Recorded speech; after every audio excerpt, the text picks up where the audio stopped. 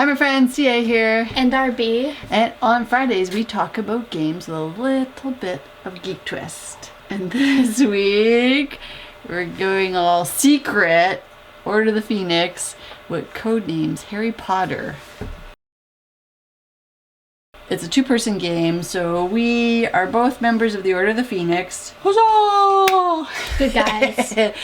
And what we're trying to do is give each other clues to find the other members of the Order of the Phoenix. But we have to do it through one word code word, is so that the Death Eaters that are roaming around don't pick up and find our teammates. The setup is straightforward. The board itself consists of a grid of 5x5 clue cards, and each clue card is double-sided. One side has a word on it, and the other side has a photo. There are these double-sided maps, and put it in this little holder that tell us where the other Order of the Phoenix members are. Those appear in the red squares. I'm going to try and provide clues to direct RB to point out cards that are marked as red. The ones that have stars on them are Death Eaters.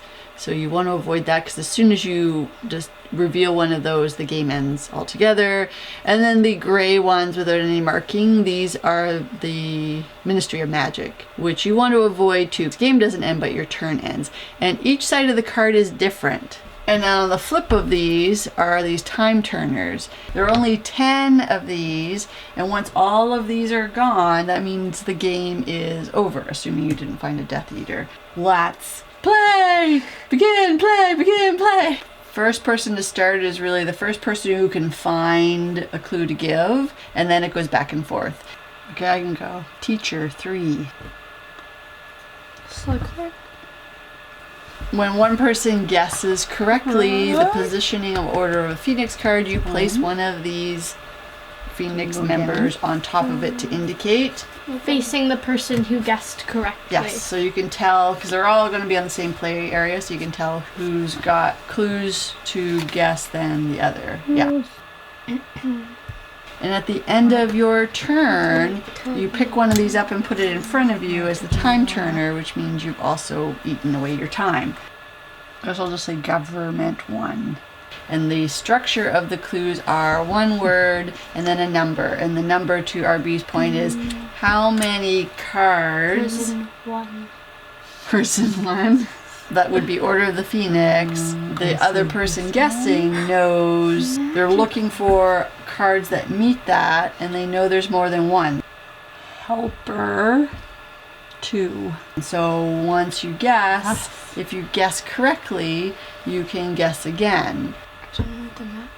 Which one? This one?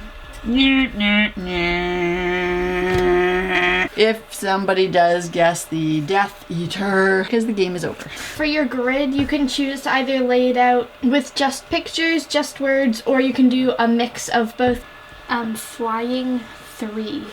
If you only have 10 turns in total, you want to make your clues clear enough to avoid a Death Eater or a Ministry of Magic. You really do sort of have to figure out a code word that fits more than one image or word.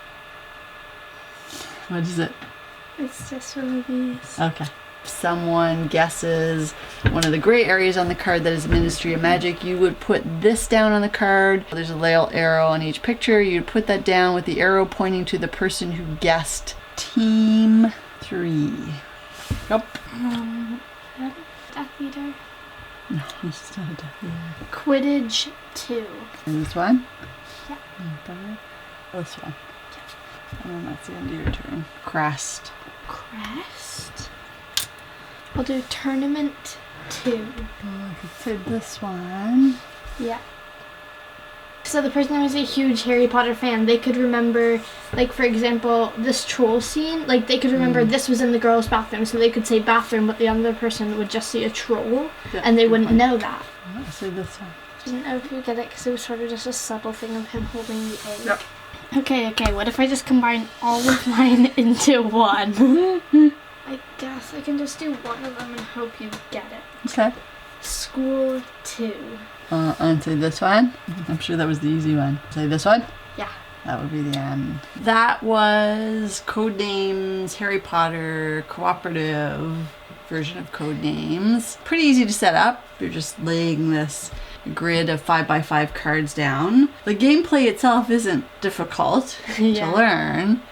Like, completing the task is a little harder than it sounds. Yeah. Trying to find one word clues. I think picture was easier. I find it more difficult to visualize what that would look like for Slytherin. Like, you don't know if the other person is visualizing like the Slytherin crest or like the Slytherin, the people that go into the house. Thus you're both seeing the same thing and you know what the other person is going to be. Somehow when you're seeing the visual, there's more things. So you can start to look across and visually find connections too. Yeah. But both were hard. So we played one with the words and one with the pictures. Neither of us finished all of the things. You're supposed to do it in 10 turns. There is the option with these 2 additional turquoise time turners. You could give yourself 2 additional turns. We may try that next time if we get really frustrated to not completing the game.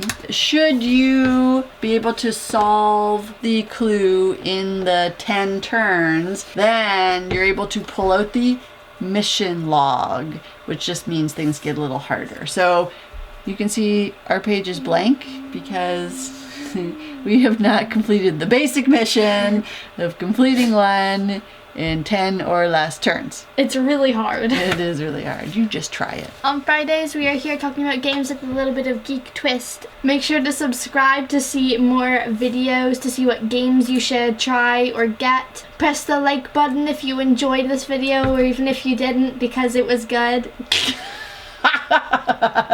Don't forget to press the notification bell so you get be notified as more content like this is published to the channel. And until next time, to beam out. Woo!